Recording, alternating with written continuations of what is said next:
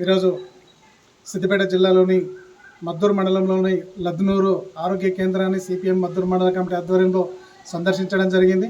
ఈరోజు ఇక్కడ ఉన్నటువంటి సమస్యల మీద మండల కమిటీగా అధ్యయనం చేయడం జరిగింది.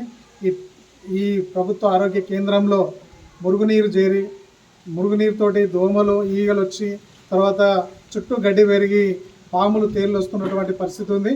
ఈ హాస్పిటల్లో 4 స్టాఫ్ నర్సులు ఉండాల్సింది ఒక స్టాఫ్ నర్స్ తోటే 24 గంటల హాస్పిటల్ నడిపించాలంటే ఈరోజు రోగులకు సరైన వైద్యం అందడం లేదు.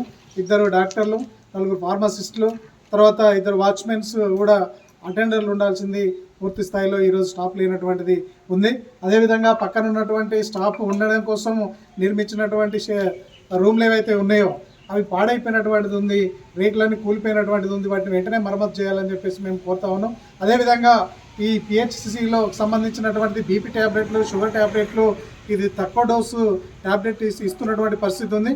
ఈ డోసును పెంచి మెడిసిన్ ఇవ్వాలని చెప్పేసి మేము మన రోగుల తరఫున ఈ ప్రభుత్వాన్ని డిమాండ్ చేస్తూ ఉన్నాం. అదేవిధంగా రోగులకు అన్ని రకాల మెడిసిన్లు అందుబాటులో ఉండాలని చెప్పేసి కోరుతా ఉన్నాం. అదేవిధంగా ఇంత పెద్ద హాస్పిటల్ 24 గంటలు నడిచేటువంటి హాస్పిటల్లో కనీస సౌకర్యాలు లేనటువంటి పరిస్థితి ఉంది.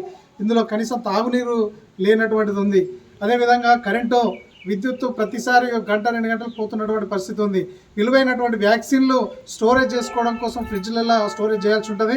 కానీ ఇన్వర్టర్ లేకపోవడం వల్ల ఈరోజు వ్యాక్సిన్స్ పాడైపోయేటువంటి ప్రమాదము ఉన్నటువంటిది ఉంది.